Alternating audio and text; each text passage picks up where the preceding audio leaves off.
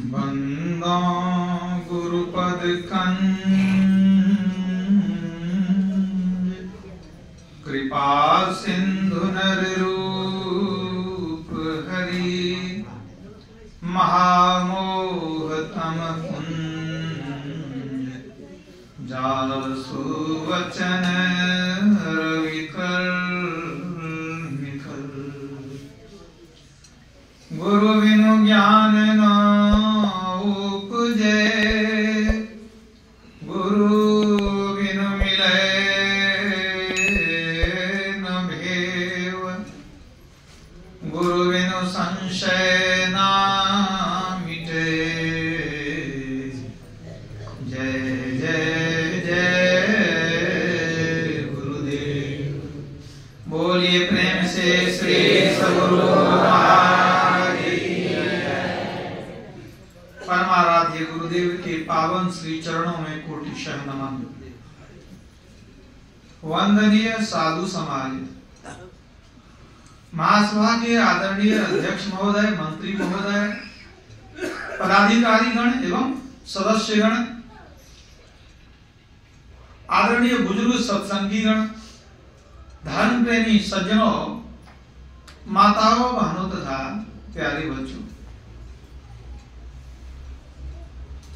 हम सबों को ज्ञात है कि आज शुक्रवार है,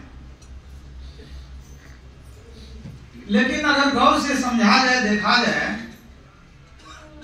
तो हम भक्तों के लिए आज महामंगलवार है। क्यों? इसलिए कि आज गुरुवार है, मतलब गुरु पूजा का दिन है। चूंकि आज गुरु पूजा का दिन है, गुरुवार है, इसलिए यह महामंगलवार है। शुक्रवार होने से कोई फर्क नहीं पड़ता है।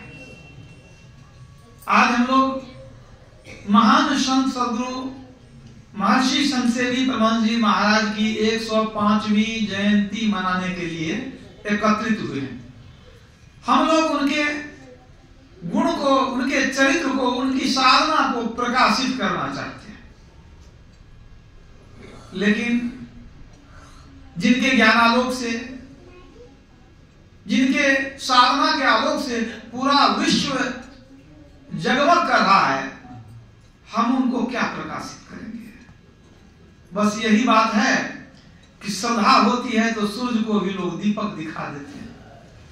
तो हमारा प्रयास वैसा ही है। सूर्य को दीपक की आवश्यकता नहीं है, सूर्य को दीपक दिखाने की जरूरत भी नहीं है, लेकिन हम अपनी श्रद्धा निवेदित करते हैं। हम क्या उनके ज्ञान को, गुण को फैलाएंगे? जो दिव्यमान सूर्य की तरह, मार्तंड की तरह पूरे भारतवर्ष को, बल्कि विश्व को आलोकित कर रहे हैं, जिनके ज्ञान से बड़े बड़े विद्वान भी अभिभूत हो चुके हैं, हम उनके ज्ञान को कहां प्रकाशित कर सकेंगे? बस यही है कि हम अपनी श्रद्धा निवेदित करने के लिए अपने आप को गौरवान्वित करते हैं उनके यश को याद करके। वो एक महान गुरु थे। गुरु की क्या आवश्यकता होती है, अभी तक लोग नहीं समझते हैं। हमारे भारतवर्ष में इतने लोग हैं, अधिकांश लोग आस्तिक हैं, भक्ति करते हैं, लेकिन बहुत थोड़े लोग गुरु की महिमा को समझते हैं। लोग तो भगवान के पीछे भागते हैं, भगवान के पीछे लोग भागते हैं, गुरु की महिमा नहीं जानते हैं। इसलिए अगर गुरु की महिमा को जान लें तो कोई भगवान के पीछे नहीं भागेंगे, क्योंकि गुरु भगवान बना देते हैं। याद रखिएगा, आज जिस भगवान की आप पूजा करना चाहते हैं, जिस देवताओं की पूजा करते हैं, गुरु आपको देवता बना देते हैं, गुरु आपको भगवान बना देते हैं, आप पूज्यमान हो जाते हैं। आपको भगवान के पूजा की आवश्यकता नहीं है।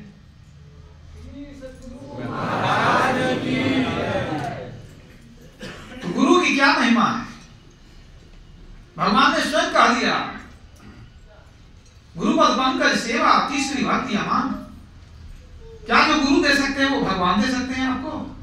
अगर आप धर्म में हैं तो आप शास्त्रों का अनुशीलन करें, गुरु देवे तासो अधिक राम सके नहीं दे, मूर्ख बिगाड़े आपनो गुरु तजी राम ही से। वह व्यक्ति मूर्ख है, वो अपना काम खराब कर रहा है, बिगाड़ रहा है, जो गुरु को छोड़कर राम के पीछे भाग रहा है। क्यों? जो गुरु दे सकते हैं वो राम नहीं दे सकते हैं।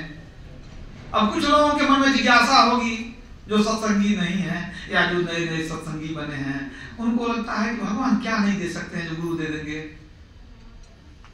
गुरु क्या नहीं दे सकते हैं? पर ये देखिए, गुरु सब कुछ दे सकते हैं, भगवान सब कुछ नहीं दे सकते हैं। सदगुरु मिले तो पाइए भक्ति मुक्ति भंडार, अदादू सहजे देखिए साहब का दीदार। परमात्मा का दर्शन भी कराते हैं, अब भक्ति मुक्ति सब कुछ दे देते हैं। तो मुक्ति देने वाले कौन हैं? गुरु हैं। भगवान आपको मुक्ति नहीं दे सकते हैं, इस बात को गांठ बांध लीजिए। अगर भगवान मुक्ति दे देते तो भगवान राम दशरथ जी को मुक्ति दे देते, उनके पिता थे। अगर भगवान मुक्ति देते तो भगवान कृष्ण पांचों पांडवों को मुक्ति दे देते, मर करके सबके सब नरक देखे, बाद में स्वर्ग गए। तो सोचिए, भगवान कृष्ण इतना मानते थे, पांडवों को मुक्ति नहीं दिए बल्कि स्वर्ग नहीं पाले, नरक मिला। भगवान दशरथ जी के पुत्र थे भगवान, इतना दर्शन हुआ, इतनी सेवा हुई। गुरु की भक्ति नहीं करते थे दशरथ जी, बाहरी पूजन करते थे, यज्ञ आदि करते थे, मर करके स्वर्ग चले गए, मोक्ष नसीब नहीं हुआ। मतलब भगवान में वो क्षमता नहीं है कि किसी भक्त को मुक्ति प्रदान कर दे। मुक्ति देता कौन है? मुक्ति गुरु ही देते हैं। गुरु नानक देव जी महाराज ने कहा, गुरु करता गुरु करने जोग, गुरु परमेश्वर है भी भोग, कहू नानक प्रभु है जनाई, अब गुरु बिन मुक्ति न पाइए भाई। बिना गुरु की मुक्ति की प्राप्ति संभव नहीं है, नानक साहब कहते हैं। तो आप उदाहरण देख लीजिए, एक साधारण स्त्री थी शबरी, उनको मुक्ति मिल गई, वह उस पद में चली गई जहां आनंद ही आनंद है, सुख के सागर में चली गई, मोक्ष पद में चली गई। कैसे गई? गुरु की कृपा से चली गई। गुरु ने उनको, मतंग ऋषि गुरु ने एक साधारण महिला को मोक्ष में पहुंचा दिया, लेकिन दशरथ जी नहीं पहुंच सके। इस मनुष्य शरीर को पाने का एक ही लक्ष्य है, मोक्ष को पाना, ईश्वर को पाना। ईश्वर को पाकर के ही मोक्ष मिलता है, लेकिन ईश्वर तक पहुंचाएगा कौन? समस्या तो यह है, जो ईश्वर तक पहुंच चुका है, जो ईश्वर को जान चुका है, वही हमको ईश्वर तक ले जा सकता है। तो कौन जानते हैं ईश्वर को? जो जानने वाले हैं वही तो संत सद्गुरु हैं, जिन्होंने ईश्वर को प्राप्त कर लिया और उस ज्ञान को वो प्रचार करने लग गए, भक्तों को देने लग गए, उन्हीं को संत सद्गुरु कहते हैं। तो संत सद्गुरु ही वे महापुरुष हैं को जो जीव को ब्रह्म से मिला देते हैं, परमात्मा का दर्शन करा देते हैं, मोक्ष पद में प्रतिस्थापित कर देते हैं। ये गुरु की महिमा है, ये काम सिर्फ गुरु करते हैं। संत कबीर साहब ने कहने की कृपा की, सदगुरु दीन दयाल हैं, दया करी मोहे आए, कोटि जन्म का पंथ था पल में पहुंचा जाए। गुरु की कृपा हो जाए तो शीघ्र पहुंचा देंगे, लेकिन गुरु कृपा किस पर करेंगे? सब पर करते हैं। तो कहिएगा सब काम मोक्ष में पहुंच जाते हैं। जब गुरु कृपा से हो जाए तो बड़ी अच्छी बात है, क्यों गुरु हम पर कृपा नहीं कर रहे हैं कि मोक्ष में पहुंचा देंगे? और यही बात है, तो गुरु पक्षपात तो नहीं करते हैं, सब पर कृपा करते हैं। तो याद रखिए, वर्षा जब होती है तो समान रूप से वर्षा हो जाती है, लेकिन पानी कहाँ टिकता है? जहां गहरा है, जहां उथला जमीन है, वहां पानी नहीं टिकता है। आप में योग्यता नहीं, पात्रता नहीं, श्रद्धा नहीं, श्रद्धावान लभते ज्ञानम। आप गुरु के साथ सब दिन रह करके भी गुरु के ज्ञान को ग्रहण नहीं कर सकेंगे। आपकी दशा वही हो जाएगी कि कलछी जो होती है, विभिन्न व्यंजनों में वो कलछी जाती है, दाल में, सब्जी में, खीर में, लेकिन कलछी किसी भी व्यंजन के स्वाद को नहीं जान पाती है। तो आप में पात्रता होनी चाहिए, योग्यता होनी चाहिए। गुरु तो सबको देने के लिए तैयार हैं, हम लेने के लिए तैयार नहीं हैं। हम उनसे मांगते हैं हमको धन दे दीजिए, पुत्र दे दीजिए, जमीन दे दीजिए, मकान दे दीजिए, नौकरी दे दीजिए, ही मांगते हैं। अगर अचानक गुरु महाराज पूछ दें क्या चाहिए तो कहिएगा कि टूटी घर में रहते हैं, बढ़िया घर दे दीजिए, बेटा को नौकरी दे दीजिए। मुंह से नहीं निकलेगा कि भक्ति दे दीजिए। बिल्कुल सही बात है। कबीर साहब ने कहा गुरु ने सब कुछ दीन, देत कछु ना रहियो, हम ही अभागिन नारी, सुख तजी दुख लइयो। गुरु ने सब कुछ देने का प्रयास किया। हम अभागे थे कि हमने अपना कल्याण नहीं मांगा, हमने सांसारिक सुविधाएं मांगी। हम वही मांगे जो लोगों को यूं ही आता जाता है, धन, प्रतिष्ठा, पैसा, संसार में प्रभुत्व, सांसारिक वस्तुओं की मांग हमने की। ये मूर्खता है। आप जो मांगते हैं तो मांगते समय सोचिए कि ये रहने वाला है कि हमारे साथ जाने वाला है। अगर आपके साथ जाने वाला है तो वो मांग लीजिए। कबीर साहब ने कहा क्या मांगो कछु थिर न रहाई, देखत नैन चलियो जग जाई।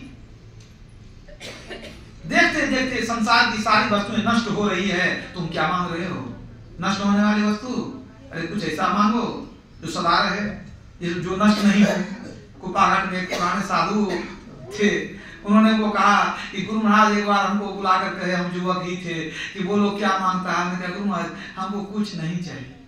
नहीं कह सके कि हमको भक्ति चाहिए। आज पछताते हैं कि कह देते कम से कम भक्ति चाहिए। कुछ नहीं, सोचने लग गए कुछ नहीं मांगे। और बिना मांगे भी मिलता है, बिना मांगे भी मिलता है। काल्प वृक्ष गुरुदेव मनोरथ सब सरें, काम धेनु गुरुदेव क्षुधा तृष्णा हरें। गुरु काम धेनु है। अगर आप गुरु के शरण में हैं तो याद रखिए आपको खाने पीने की दिक्कत नहीं होगी। अगर कोई व्यक्ति दीक्षा लेकर के थोड़ा भी जब ध्यान करता है, अगर खाने की दिक्कत है तो हमको आकर बता ले, ताकि हम भी जान लें। गुरु महाराज का आदेश है, गुरु महाराज का आदेश है। ये ब्रह्म ज्ञान की दीक्षा लेकर थोड़ा भी अभ्यास करेगा, उसको खाने पीने और पहनने ओढ़ने की दिक्कत नहीं रहेगी। श्री सद्गुरु मैंने ऐसे दो व्यक्ति को देखा है जिनको कुछ भी नहीं, घर नहीं, एक बिता जमीन नहीं, कुछ नहीं, कुछ भी नहीं था। दीक्षा लिया उसके बाद से वो क्या करता था, उस समय डब्बे में बर्फ बेचा जाता था, देहात में वो कांधे पर लेकर के बर्फ बेचता था। और उसी से कमाते कमाते बाद में वो क्या होता है, एक ठेला पर जो क्या बेचता वही ठंडा चीज सब, कुल्फी वगैरह क्या, वो ठेला धीरे धीरे चलाने लगा। कमाते कमाते जमीन लिया, घर बनाया, बच्चे लोग हुए, परिवार बसा लिया, कुछ भी नहीं था उसके पास। हमने देखा है। तो गुरु देते हैं, लेने वाला चाहिए। लेने वाला तो कुछ से कुछ मांग लेता है। ये सबसे बड़ी विडंबना है। हम क्या मांगते हैं, क्या चाहिए हमको? अपना कल्याण, अपने कल्याण की वस्तु मांगिए। संसार की वस्तुएं नहीं रहने वाली है, वो मांग कर क्या कीजिएगा? वो तो ऐसे भी आता रहता है। जो सुख सुरपुर नरक गे है वन, आवत बिना ही बोलाए। नरक में, जंगल में, धरती पर हर जगह जो सुख अपने आता जाता है, बल्कि देवलोक में भी वो सुख मिलता है। जो सुख सुरपुर देवलोक, नरक में आगे है, शरीर में रहते हुए जंगल में, आवत भी नहीं बुलाए, अपने आता जाता है, वही मांगते हैं। जो सुख, दूसरी राशि वाली है, जो सुख सुरपुर नरक गे है वन, आवत भी नहीं बुलाए, अते ही सुख कहाँ बहु जतन करत नर, समझत नहीं समझाए। उसी के लिए मांगते फिरते हैं। गुरु महाराज यही दे दीजिए, धन दे दीजिए, परिवार दे दीजिए, जिससे कल्याण होने वाला नहीं है वही मांगते हैं। और ज्यादा मांग लिए, अगर ज्यादा पसार लिए आप अपने व्यवसाय को, अपने काम धंधा को, धन संपत्ति को, तो आप याद रखिए कि जितना पसारिएगा उतना मोह बढ़ेगा, मरते समय उतना कष्ट होगा। कष्ट नहीं होगा? आप बताइए। जिनको अपना कोई नहीं है वो मरते समय प्रभु को याद कर लेगा। जिसका अपना बहुत लोग है तो नाती पोता को याद करते करते मर जाएगा वो। इसलिए पूज्यपाद कहते थे बहुत पसारा जनी करो। शायद कभी साहब की वाणी होगी, पूज्यपाद की वाणी नहीं सुना हूं मैं। बहुत पसारा जनी करो, कर थोड़े की आस। अब बहुत पसारा जिन किया वे भी गए उदास। जो बहुत पसारा वो भी उदास होके चले गए। इसलिए थोड़े में काम निकल जाए, जितना में काम निकल जाए उतना ही आपको संग्रह करना चाहिए। कहिएगा बाबा हमारा क्या प्रारब्ध है, हमको तो बहुत पैसा आते रहता है, तो क्या करें, उसको फेंक दें? नहीं लें। अरे आता है तो आने दीजिए, आता है तो शुभ काम में लगा दीजिए। सो धन धन्य प्रथम गति जाकी, जो जरूरतमंद है उनको दीजिए। आपके सनातन धर्म के उत्थान के लिए जहाँ लगे जरूरत वहां खर्च कीजिए, जहाँ संत मत के प्रचार के लिए जरूरत लगे वहां खर्च कीजिए। नहीं तो सब छोड़ के तो जाना ही है। पहले से मोह थोड़ा कम रखेंगे तो जाने में आसानी होगी, मरने में कष्ट नहीं होगा। ये संत लोग बतलाते हैं। तो गुरु से क्या मांगिए? गुरु से मांगिए। मांगते तो हैं लेकिन मांगते नहीं है। कैसे? मैंने गीत गा करके सुना देते हैं लेकिन दिल से नहीं मांगते हैं। हमारा मुंह कुछ और मांगता है, मन कुछ और मांगता है। कैसे? तो मांगते तो है लेकिन मांगते नहीं है। मांगते हैं प्रेम भक्ति गुरु दीजिए, तो मुंह तो वही मांग लिया। सत्संग खत्म हो गया तो कहते हैं हे गुरु महाराज इस बार लॉटरी लग जाए 1 लाख रुपए की। तो आपका मुंह तो कुछ और मांगा लेकिन मन में कुछ और था। तो मैं क्या कर रहा था? कल्प वृक्ष गुरुदेव मनोरथ सब सरे, कल्प वृक्ष गुरुदेव मनोरथ सब सरे। तो गुरु कल्प वृक्ष है, तो वो तो जहाँ कल्प वृक्ष के नीचे जाइएगा जो मांगिएगा मिल जाएगा। ठीक है? कल्पवृक्ष है, वहां जो मांगेगा मिल जाएगा। तो आप गुरु के शरण में हैं, आप बढ़िया बढ़िया खाने के चक्कर में वहां हैं, बढ़िया बढ़िया खाना मिलेगा। कल्पवृक्ष है, जो मांगेगा मिलेगा। सोचिएगा कि हमको पैसा बहुत चढ़ता तो अच्छा होता है, तो पैसा नहीं मिलेगा, पैसा नहीं मिलेगा। कल्पवृक्ष है ना, वो तो मिलेगा ही मिलेगा। आप सोचिएगा कि नहीं बहुत प्रतिष्ठा होती है, हमारा बहुत यश होता, नाम होता, आपका नाम भी होगा, बहुत नाम होगा आपका, बहुत प्रचार होगा, ये भी मिल जाएगा आपको। लेकिन आपके हृदय में भक्ति नहीं है, ईश्वर का दर्शन नहीं है, गुरु सेवा नहीं है, तो जो नहीं मांगे मिलेगा कहां से? पूज्यपाद गुरु महाराज के शरण में अनेक शिष्य थे, अनेक शिष्य थे, तो सबको कुछ ना कुछ मिला। जो जो मांगा वही मिला, जो जो मांगा सो मिला। जिनको धन मांगना था धन मिला, जिनको पद मांगना था पद मिला, जिनको मोक्ष मांगना था उनको मोक्ष मिला।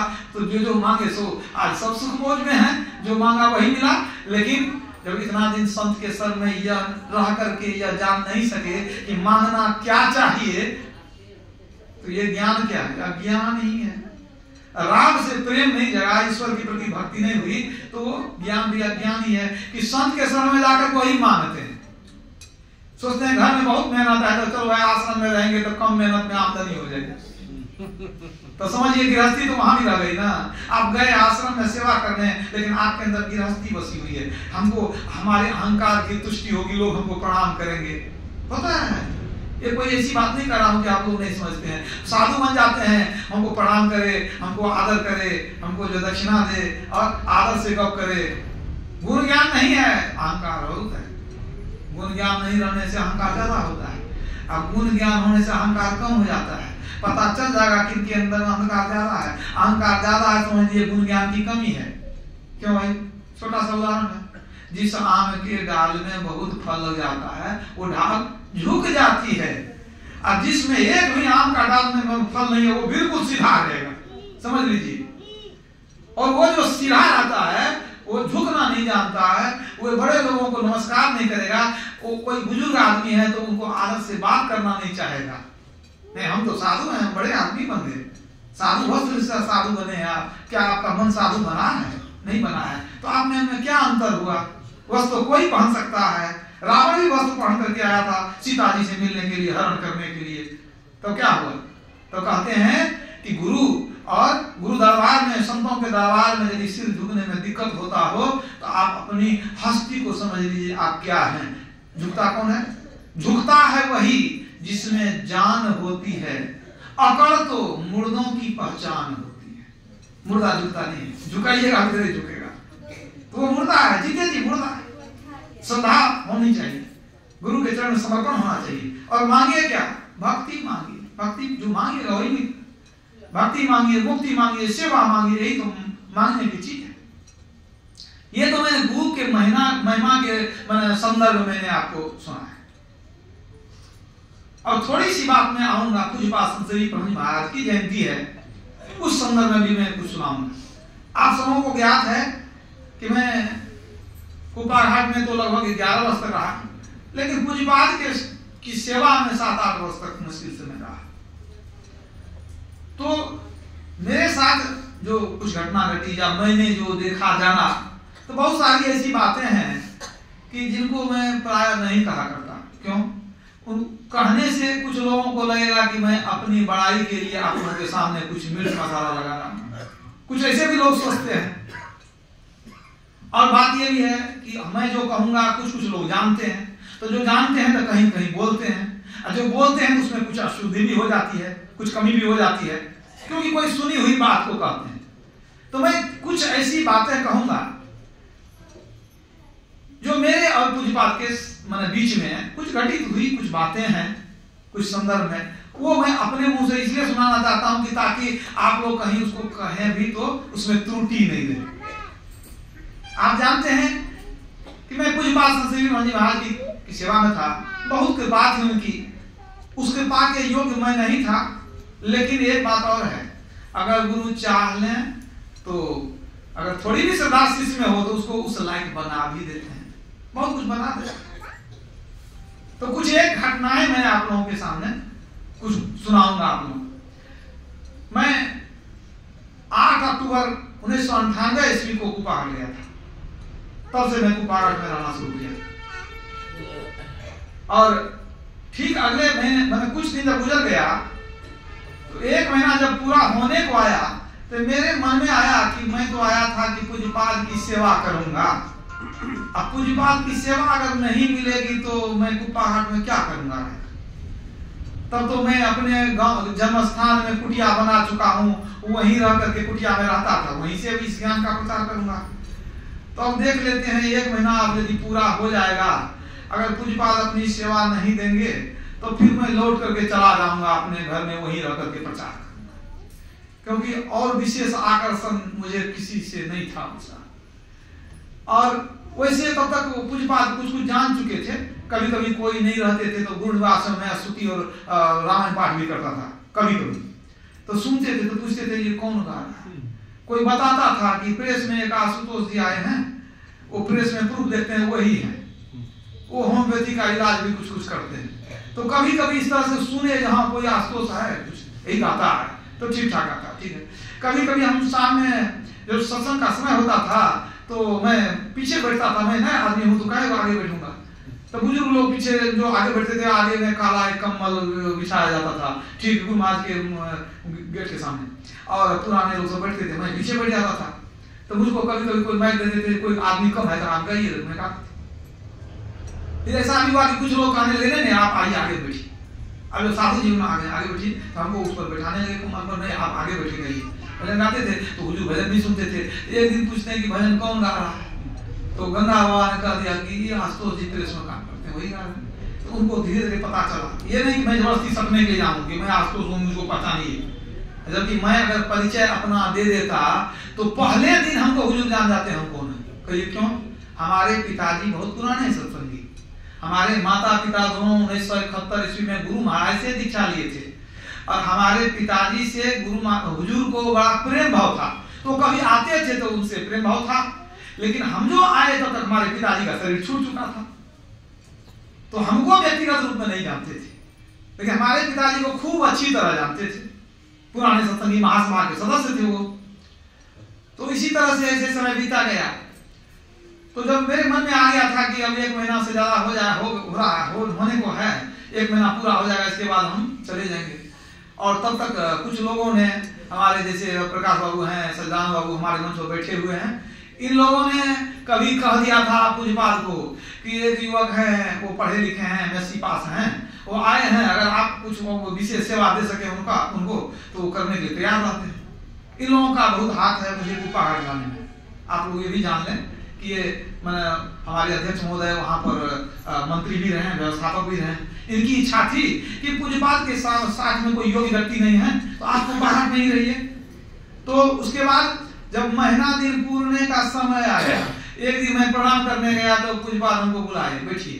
कहते हैं क्या कि अभी इतने तारीख को, शायद कुछ तारीख था नवंबर का महीना, कि मेरा अखिल भारतीय जिला अधिवेशन शुरू होने वाला है।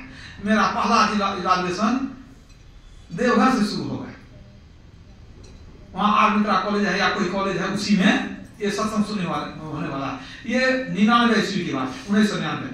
तो उन्होंने कहने की कृपा की कि आपको मेरे साथ चलना है, आप वहाँ स्तुति विनती करेंगे, भजन गाएंगे, आपको पाठ भी करना पड़ेगा और प्रवचन भी, स्तुति विनती पाठ और प्रवचन भी करना पड़ेगा। तब तक मैं एक आध बार कुपा काटने वाला, प्रवचन मंच पर हो चुका था, कोई दे दिया हमको, आप तो पढ़े लिखे कुछ कहिए।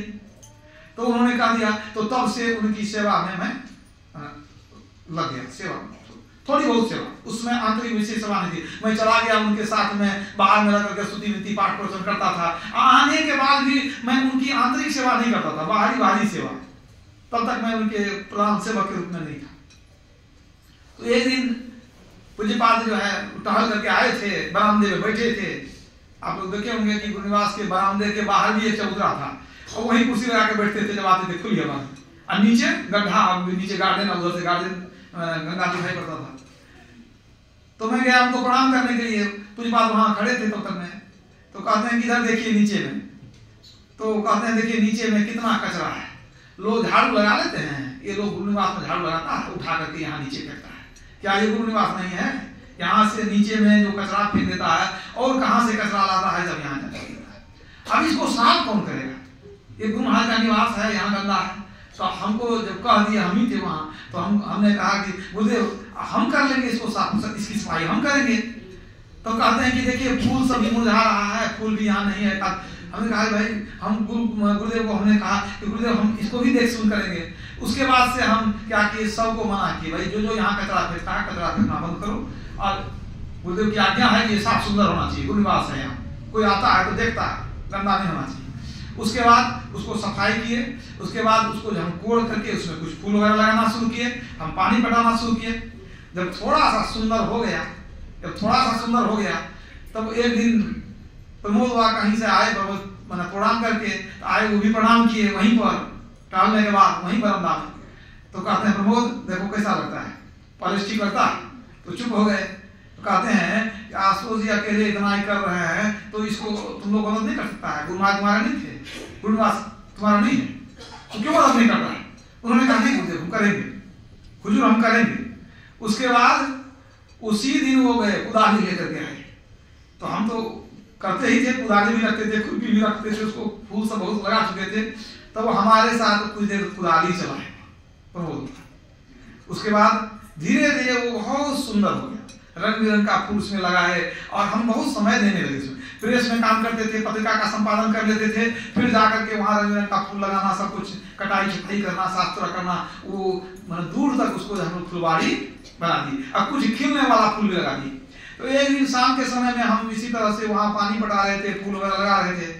अचानक जब हुजूर जब आए तो आते आते गुरुनिवास में जब से घुसे तो कहते हैं क्या, जो भी सेवक उनके साथ में घूमते थे, उसमें नंदन बाबा थे, गंगा बाबा थे, वो घूमते थे।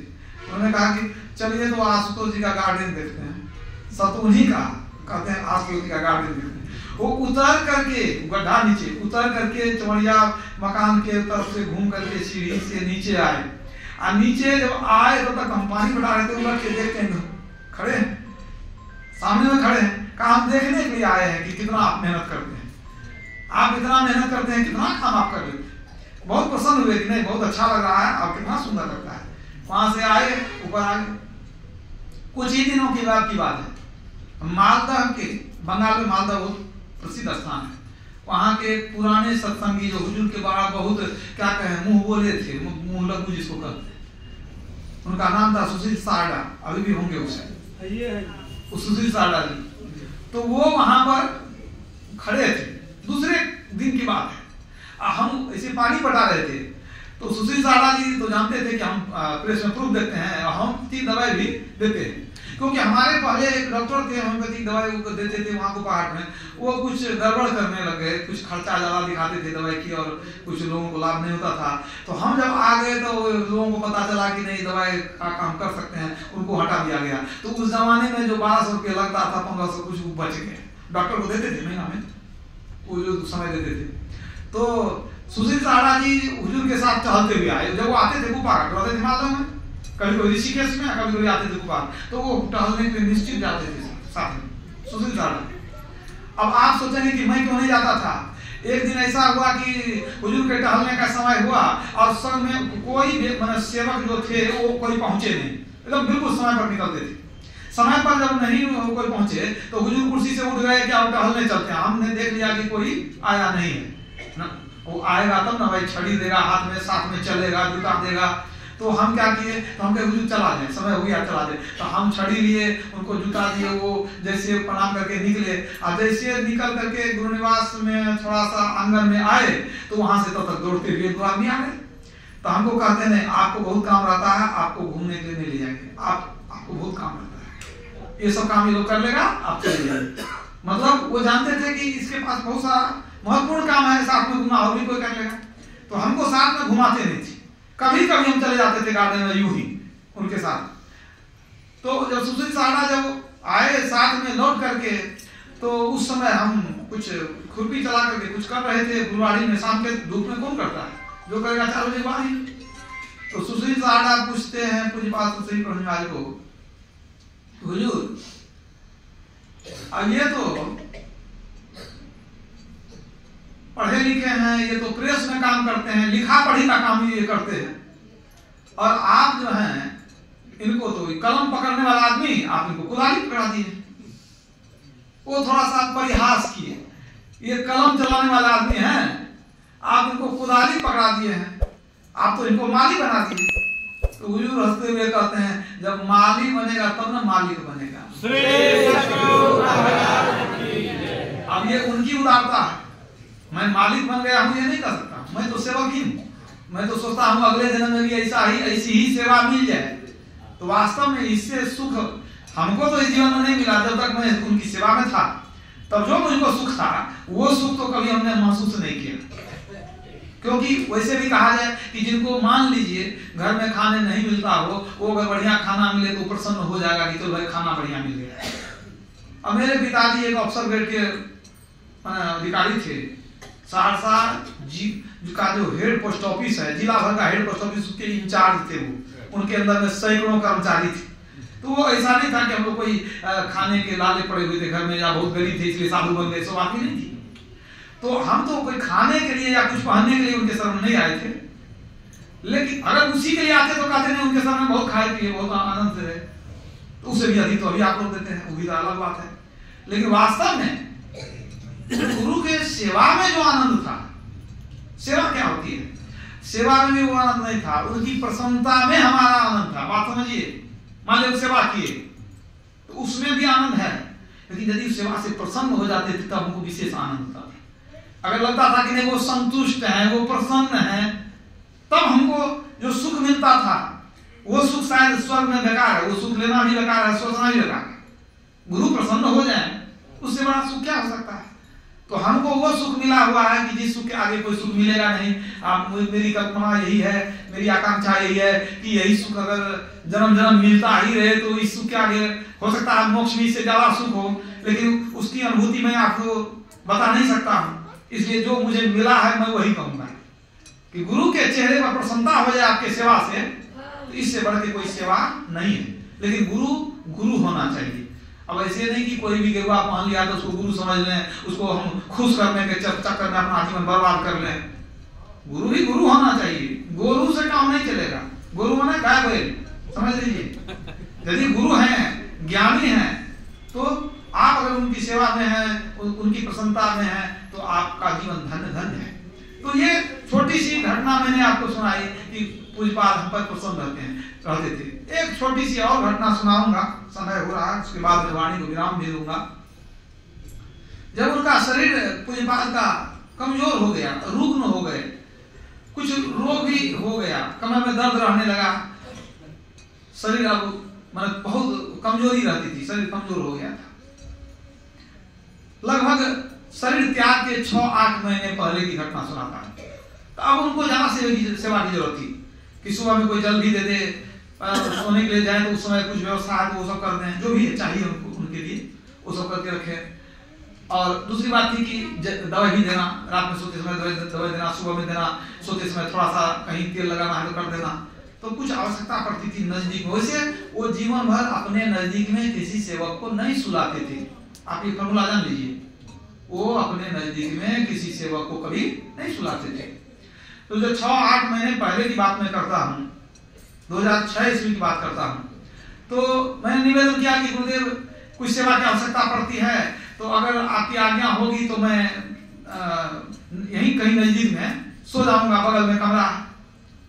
गुरु हुजूर के बड़े कमरे के ठीक पहले एक छोटा कमरा था जिसमें पूज्यपाद पहले रहा करते थे जब गुरु महाराज शरीर में थे।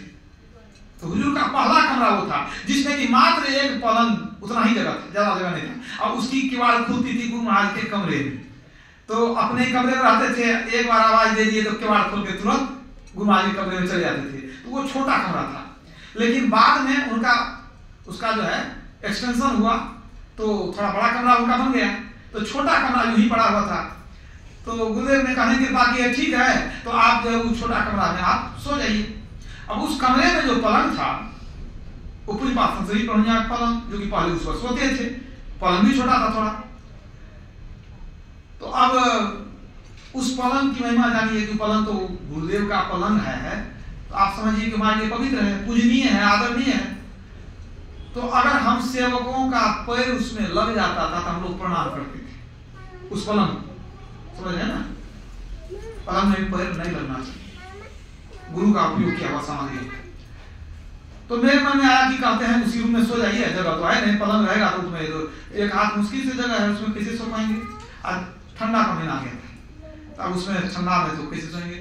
तो मैंने कहा गुरुदेव अगर आज्ञा होती तो पलंग को जो है या तो कहीं निकाल करके किसी दूसरे सुरक्षित कमरे में दे देते हैं, नहीं तो यहीं पर खड़ा कर देंगे और उसी में नीचे बंद जो है ना गद्दा बिछा के सो जाएंगे। हुजूर कहते नहीं बहुत ठंडा है, अब उस नीचे मत सोइए, उसी पलंग को सो जाइए। हमने कहा हुजूर हम उस पलंग को कैसे सो सकते हैं, वो तो हमारे लिए पूजनीय है, उस पर कैसे सोएंगे हम। तो हुजूर ने कहने की कृपा की, देखिए मैं जो कहता हूँ सुनिए। गुरु महाराज को अपना पलंग था, गुरु महाराज को एक शौकीन आदमी, बहुत धनी आदमी था, एकदम सुंदर लकड़ी का पलंग बनवा करके लेके आया कि गुरुदेव इस पर आप सोइएगा, ला करके दिया पलंग। तो गुरु महाराज तो पहले दूसरा पर सोते ही थे, तो अब क्या करेंगे, ला करके सलाह से दे दिया। तो गुरु महाराज 3 दिन उस पर सो लिए और उसके बाद कहे कि हो गया हमारे, वो जो सलाह से दिया था तो हम सो लिए। अब हमको क्या बोले, पूज्यपाल कहते हैं, हमको गुरु महाराज बोले कि 3 दिन हम सो लिए हैं, अब आप इस पर सोइए। तो हमको दे दिए सोने के लिए, तब हम जाने वो गुरु महाराज भी इस पर सोए हैं और हुजूर भी सोए। तो बोले कि हम तब इस पर सोने लगे।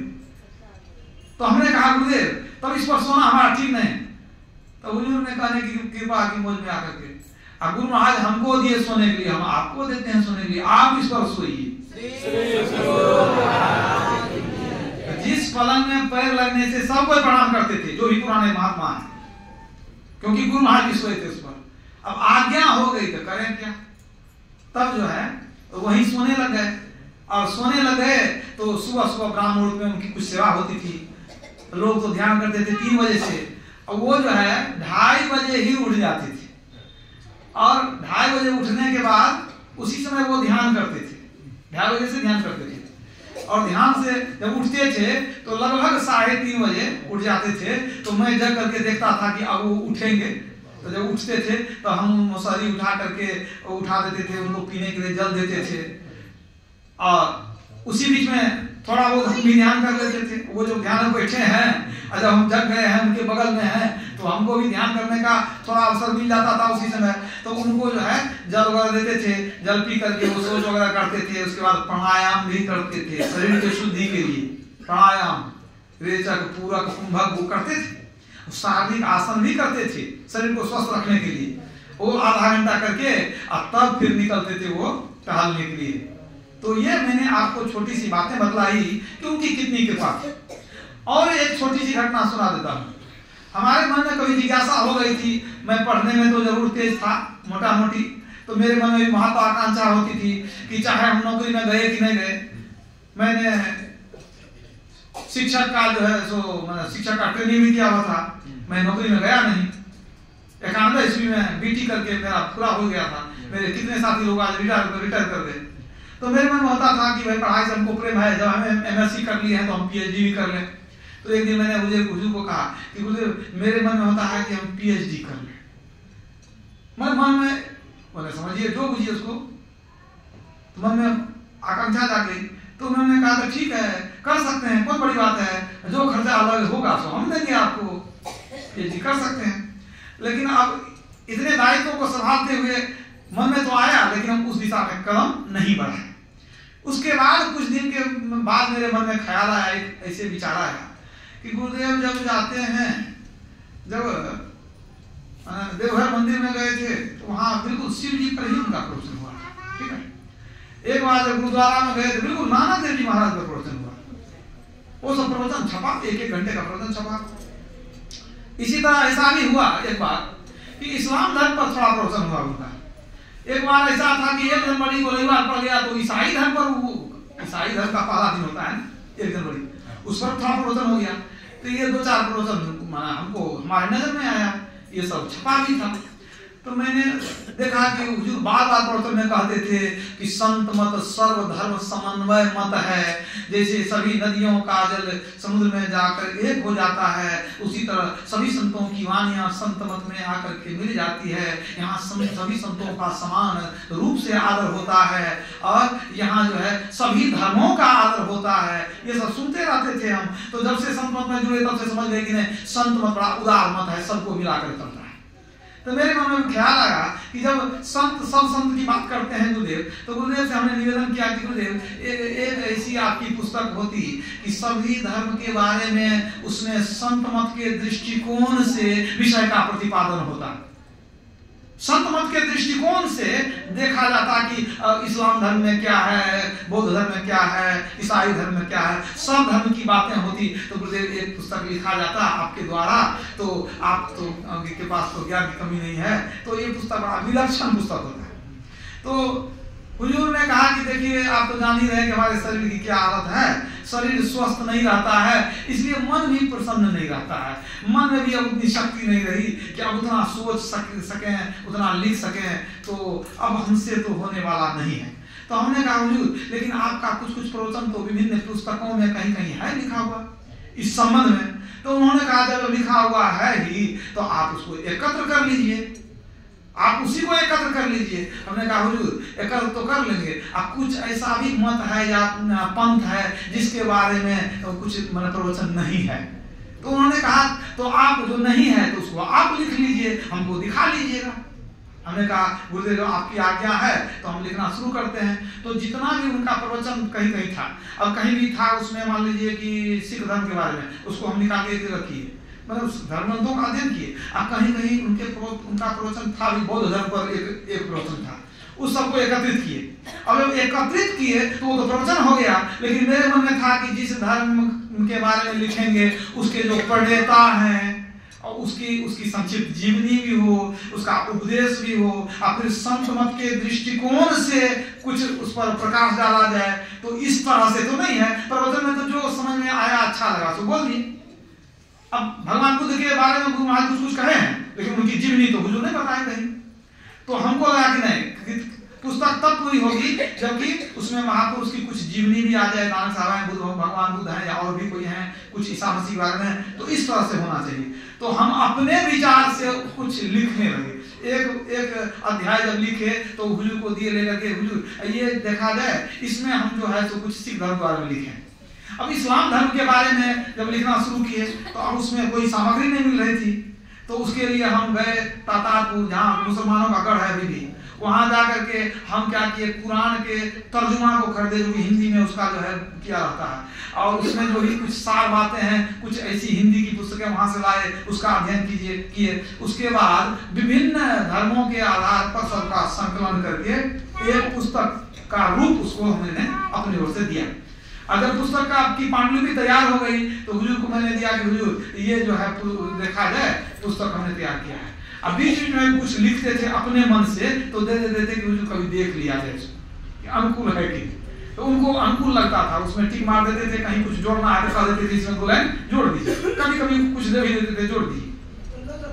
इस तरह जब पूरी पांडुलिपि तैयार हुई, वो देख सुन लिए, तो उन्होंने कहा ठीक है इसको छपवा दीजिए, और पुस्तक छप करके तैयार हो गई। पुस्तक का नाम हुआ सर्वधर्म समन्वय और नीचे लिखा हुआ है संत मत।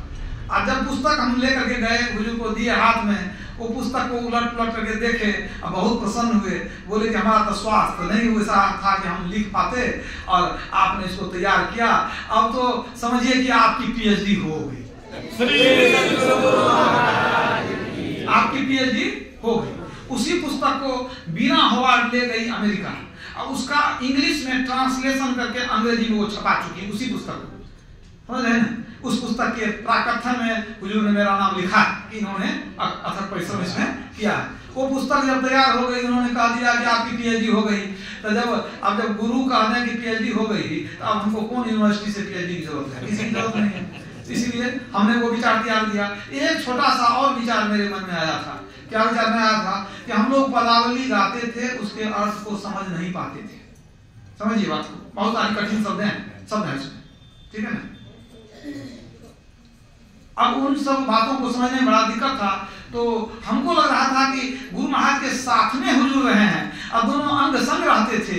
गुरु महाराज ने साफ कह दिया था कि मेरे बिना आपको नहीं बनेगा, आपके बिना मैं नहीं रह सकूंगा, मुझ में आप में क्यों का संबंध है, स्पष्ट कर दिया था उन्होंने। और अगर ये घटना आप जानना चाहते हैं, मैं तारीख बता देता हूँ। ये 4 फरवरी 1973 ईस्वी की बात है। 4 फरवरी 1973 ईस्वी की बात है और कुपाघाट की ही बात है। उसी समय कोई प्रसंग है, अब तो समय का अभाव है, उस प्रसंग को अभी नहीं कर पाऊंगा, वो प्रसंग अलग है। तो उन्होंने आशीर्वाद दिया था। तो मेरे मन में आया, अच्छा गुरु महाराज ये भी कहते थे कि मुझसे बेसी यही जानते हैं, ठीक है? तो मेरे मन में आया कि गुरु महाराज से जब कहते थे कि मैं मुझसे बेसी यही जानते हैं, तो गुरु महाराज के पदावली का अर्थ हुजूर छोड़ करके कौन कर सकता है? दूसरा करेगा तो त्रुटि रह जाएगी, उसमें स्वाभाविक बात है। तो मन में होता था कि हुजूर अगर कहीं शरीर त्याग दिए तो पदावली का अर्थ लोग बुझ नहीं सकेगा, मन में जिज्ञासा होती थी। यद्यपि उस समय तक कुछ 1, 2, 3 आदमी जो है सो पदावली का अर्थ अपने स्तर से किए थे कुछ लोग, लेकिन मेरे मन में होता था कि वो जो किए हैं तो वो हुजूर के द्वारा क्या कहा जाए इसको, पूर्णतः एक एक अक्षर देख करके अनुमोदित किया हुआ नहीं, कहीं त्रुटि हो सकती है। तो मेरे मन में यही ख्याल आता था कि कहीं हुजूर के द्वारा हो जाता। एक दिन हम हुजूर पदावली का अर्थ लोग नहीं बुझ पाते हैं और हुजूर के बाद तो कोई समझ भी नहीं पाएंगे। लिखा हुआ है लहे जो गुरु सेवा रांची, लोग सोचेगा भाई झारखंड की राजधानी रांची के बारे में लिखा है। अब वहां रांची में क्या होता है? लीन होना। अब लीजिए एक बात कहते हैं, कुछ से कुछ हो जाएगा। तो हमने निवेदन किया, उन्होंने कहा अब हमसे क्या होने वाला, हमारा शरीर नहीं चलता, अब हमसे नहीं होगा। अब तो हम निराश हो गए कि हुजूर कहते हैं कि नहीं होगा। तब हुजूर को हम कहे कि गुरुदेव देखिए उसमें बहुत सारा पद है, एक दिन का काम नहीं है। हमने उनको निवेदन किया, गुरुदेव हुजूर कहते हैं कि नहीं लिख पाएंगे, अगर हम बैठ करके लिखें, आप हुजूर को दिखा दें और हुजूर उसको शुद्ध करके जोड़ घटाव कर दें, एक एक पद तो मैंने हम लिख के दें और हुजूर शुद्ध कर दें तो नहीं अच्छा। तो हुजूर जब देख करके उसको शुद्ध कर देंगे तो वो हुजूर की वाणी हो जाएगी, हुजूर के अनुसार हो जाएगा। तो बोले कि हमको उतना शरीर काम करता है कि वो हम पूरा पांडुलिपि देखेंगे आपका। हम कहे हुजूर हम भी तो अर्थ उतना नहीं कर सकेंगे, रोज एक अर्थ करके देंगे हुजूर के पास और हुजूर उसको देख लेंगे। तो बोले अच्छा ठीक है तो करिए, जब आप कर सकते हैं तो करिए। रोज एक एक पद का अर्थ हम करने लगे अपने ज्ञान के आधार पर। करके हम कहते कुछ नहीं थे, वो एक टेबल था उनका अध्ययन वाला, कुर्सी पर बैठते थे, समय निकाल के 2 घंटा अध्ययन करते थे, कुछ लिखते थे, तो वहीं पर हम रख देते थे। एक पेपर वेट में दाब दिए, हुजूर को जब छुट्टी मिला वहां बैठे तो देख लिए कि आज का ये लिखा हुआ है, सुंदर अक्षर में हम लिख के रखते थे, वो रख देते थे। और वो क्या करते थे तो वो अपना जब छुट्टी मिला उनको देख लिए, और नहीं भी देखे तो एक दिन और छोड़ देते थे। और जब वो देख लेते थे और बाद में गए हुजूर को जल पिलाने तो कहते थे अपना कागज ले जाइए, हो गया, मैंने देख लिए। तो वहां से हम उसको ले जाते थे, अपने पास रखते थे। तो इस तरह से एक एक दिन एक एक पद को हम उसको संकलन किए, एक एक पद संकलन किए। और इसके बाद उसको जो है फिर अंतिम रूप देकर के किताब को छपाए। तो हुजूर बहुत प्रसन्न हुए, बोले हम किए हैं, सब आप ही किए होंगे हुजूर, हमारे पास ज्ञान लाता तो हम पहले नहीं कर लेते, ये तो सब आपके द्वारा हुआ है। तो अच्छा जब पुस्तक तैयार हो गई तब वो क्या कहते हैं, इसमें आप अपना नाम दे दीजिए। हम हुजूर हम अपना नाम तो दे देंगे, आपका आदेश होगा तो, लेकिन हम अपना नाम देंगे कोई नहीं पढ़ेगा, इसका लिखा हुआ का है हम पढ़ने जाएंगे। और जब आप सब स्वीकृति दे करके शुद्ध किए हैं तो वो तो आपकी वाणी हुई, हमारा तो कुछ में है नहीं। हम तो मान लीजिए, अब मान लीजिए कोई मकान बना है, तब ईंट उठाने वाला मजदूर कहेगा हम ही मकान बनाए हैं, तो ये तो ठीक बात नहीं है। बनाया तो इंजीनियर उसका, है कि नहीं? तो हमने कहा हुजूर हमारा नाम रहेगा, कोई नहीं पढ़ेगा, वो हुजूर का नाम देंगे तभी किताब की कीमत होगी। तो कहा ठीक है, जैसा आप चाहते हैं करिए। तब हुजूर का नाम दे करके महर्षि में ही पदावली का अर्थ जो है पुस्तक आज भी बिक्री हो रही है।